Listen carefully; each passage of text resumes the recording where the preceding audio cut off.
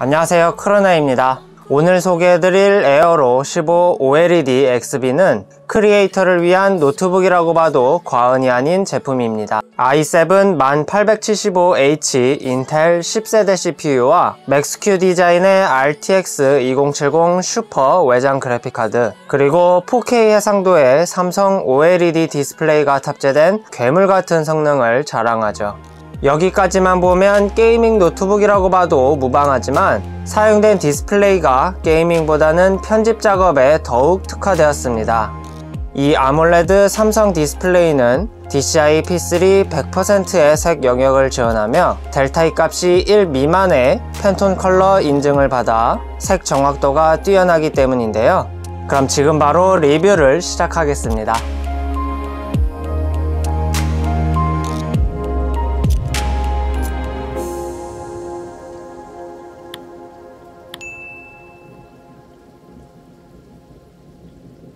(2020년) 에어로 신제품의 경우 사용된 디스플레이와 크기에 따라서 라인업을 간소하게 구성했습니다. 모니터 화면 크기에 따라서는 에어로 뒤에 15와 17이, 사용된 디스플레이에 따라서 OLED와 HDR이 추가로 붙게 되는데요.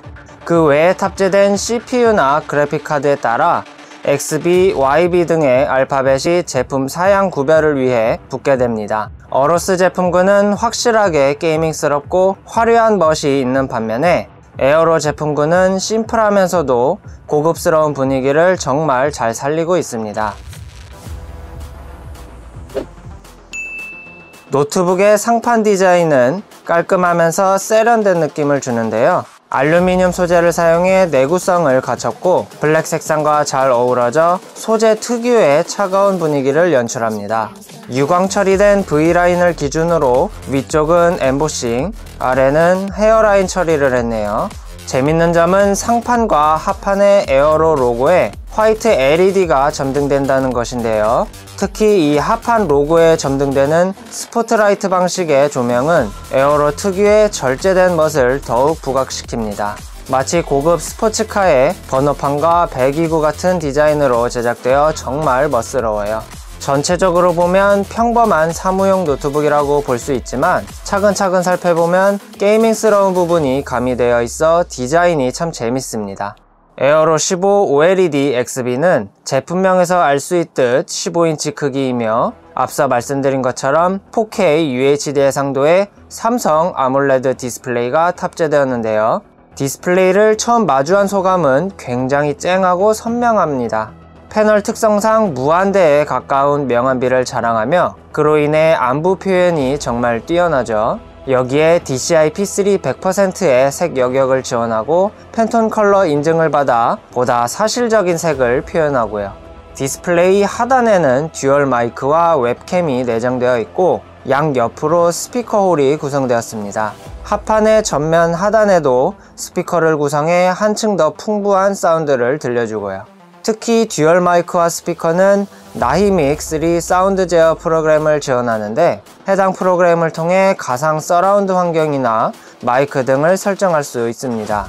다만 스피커의 음질 자체는 썩 좋은 편은 아니라서 조금 아쉬운데요. 날카로운 느낌이 강하고 살짝 붕 떠있는 느낌입니다. 웹캠 역시 아쉬운 점이 참 많은데 일단은 HD 해상도의 웹캠이라 화질이 낮은 수준이기도 하지만 무엇보다 위치하고 있는 각도가 독특합니다. 보통은 화면 상단에 구성되어 각도 조절이 자유로운 편에 속하지만 에어로 15의 웹캠은 하판에 고정되어 있어 약 35도에서 45도 정도 고개를 숙여야 정면으로 촬영됩니다. 물론 이러한 경우에는 웹캠을 사용 중인지 다른 작업을 하고 있는 건지 외부에서는 잘 구분이 안 된다는 장점이 있기도 하죠. 사용자에 따라서 다르겠지만 개인적으로는 불호였습니다. 모니터 화면을 쳐다보고 있으면 시선이 맞지 않아 마치 상대방에 집중을 못하고 다른 행동을 하고 있는 것 같기도 하고 또 턱이 부각되어 얼굴 각도도 영 어색하거든요. 키보드 배열은 풀키 배열이고 방향키와 10키가 굉장히 오밀조밀하게 모여 있습니다. RGB 퓨전 기술이 적용되어 화려한 조명 효과를 적용할 수도 있죠. 키별 매크로 기능도 지원하기 때문에 해당 기능으로 편집 작업 효율을 높일 수 있고요. 터치패드는 멀티 터치 제스처로 쉽고 간편하게 다양한 동작을 실행할 수 있고, 지문인식 암호화 기술을 통해 잠금과 해제를 빠르고 안전하게 적용할 수 있습니다. 좌측과 우측면에는 다양한 입출력 포트와 확장 스토리지 단자가 구성되었습니다. 워낙 강력한 퍼포먼스를 제공하는 부품들이 밀집되어 있는 만큼 발열도 상당할 것으로 예상되는데요. 영상 편집 역시 부하가 강한 만큼 고가의 게이밍 노트북처럼 발열 해소를 위한 여러 기술들이 적용되어 있습니다. 하단의 공기 흡입구는 합판의 반 정도를 차지할 정도로 굉장히 넓게 구성되어 있고, 양쪽 측면과 후면을 통해 배기가 되도록 설계되었는데요. 양쪽 측면 통풍구는 합판의 중심을 기준으로 약간 뒤쪽에 구성되어 마우스 사용 시에도 더운 바람이 직접적으로 향하지는 않습니다. 자, 이제 괴물 같은 성능을 한번 확인해 볼 텐데요. i7 1875H는 오버클럭이 불가능한 8코어 16스레드의 프로세서지만 L3 캐시 메모리가 16MB, 최대 부스트 클럭이 5.1GHz로 클럭 자체는 굉장히 높게 설정되어 있습니다. 탑재된 RTX 2070 슈퍼 그래픽카드는 맥스큐 디자인의 제품이 적용되었는데요. 데스크탑 버전보다는 성능이 조금 아쉽지만 편집 작업 용도로는 적당한 수준입니다. 참고로 인텔 10세대 CPU 프로세서로 업그레이드 되면서 보안 이슈 때문에 인텔의 전압 제어 프로그램의 일부 기능이 사용 불가능한데요. 발열로 인한 스로틀링이 걱정되지만 아쉬운 대로 기가바이트의 컨트롤 센터를 통해 펜 속도를 조절하여 조금 더 쾌적한 성능을 이끌어낼 수는 있습니다. 그 외에도 해당 프로그램을 통해 전원 옵션이나 밝기 조절, OSD 설정 등 노트북에 관한 통합적인 제어가 가능하고요. i7 1875H 프로세서의 성능을 살펴보면 시네벤치 R15에서는 멀티코어 1594CB, R20에서는 3108CB를 기록했습니다. 메모리 레이턴시는 59로 제법 빠르며 기본 탑재된 NVMe SSD 역시 일반적인 SATA 인터페이스의 SSD보다 배 이상으로 빠른 속도를 보여주고 있습니다. 에어로 15 OLED는 4K 해상도의 노트북이기 때문에 기본적으로 요구하고 있는 사양 자체가 높은데요. 여기에 편집 프로그램마다 약간씩 차이가 있지만 CPU와 메모리 성능 외에도 그래픽카드 가속 기능을 이용한 연산 작업들이 늘고 있는 추세이기 때문에 그래픽 편집 작업과 3D 설계 프로그램들을 구동하기에 아주 적합합니다.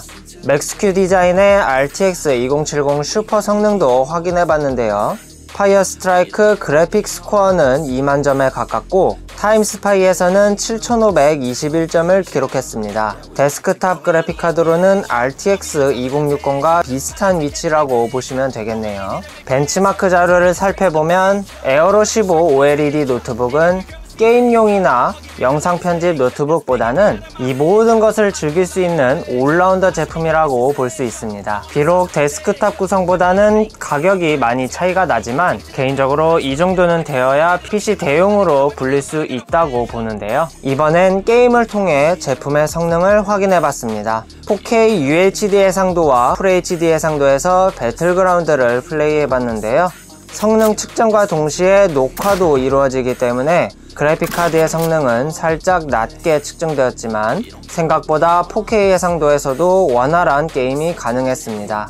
평균 프레임의 경우 UHD에서는 103, FHD에서는 169로 측정되었으며 프레임 타임 값을 환산한 1% 로우 값과 0.1% 로우 값은 UHD를 기준으로 79와 61로 4K 해상도에서도 준수한 성능으로 게임을 즐길 수 있었습니다.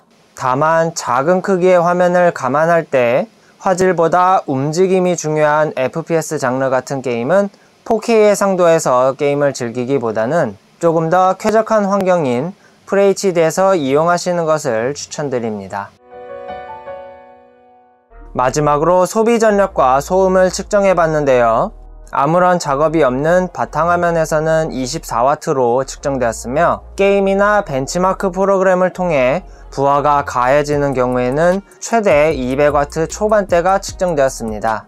그 후 스로틀링으로 인해 클럭과 전압이 감소하며 클럭과 발열이 모두 어느 정도 밸런스를 이루는 190W 부근이 유지되었고요. CPU의 온도는 대부분의 작업에서 7에서 80도대를 유지하도록 설계되었습니다. 이번엔 쿨링 모드별로 소음을 측정해 봤는데요. 콰이어트 모드는 쿨링팬 최대 로드율이 약 41%에 해당하며 해당 지점에서의 소음은 약 27dB로 측정되었습니다. 굉장히 정숙한 수준이라서 조용한 환경에서 사용하기 적합한 모드인데요. 다만 CPU 클럭이 4.0GHz대에서 1.0대로 대폭 낮아집니다. 게이밍 모드의 경우 쿨링팬은 최대 85%로 동작하며 소음은 최대 37dB로 측정되었습니다. 게임과 편집 작업에서 주로 사용되는 모드로 장치의 온도보다는 CPU 사용량에 따라 CPU 클럭이 유동적으로 변동됩니다.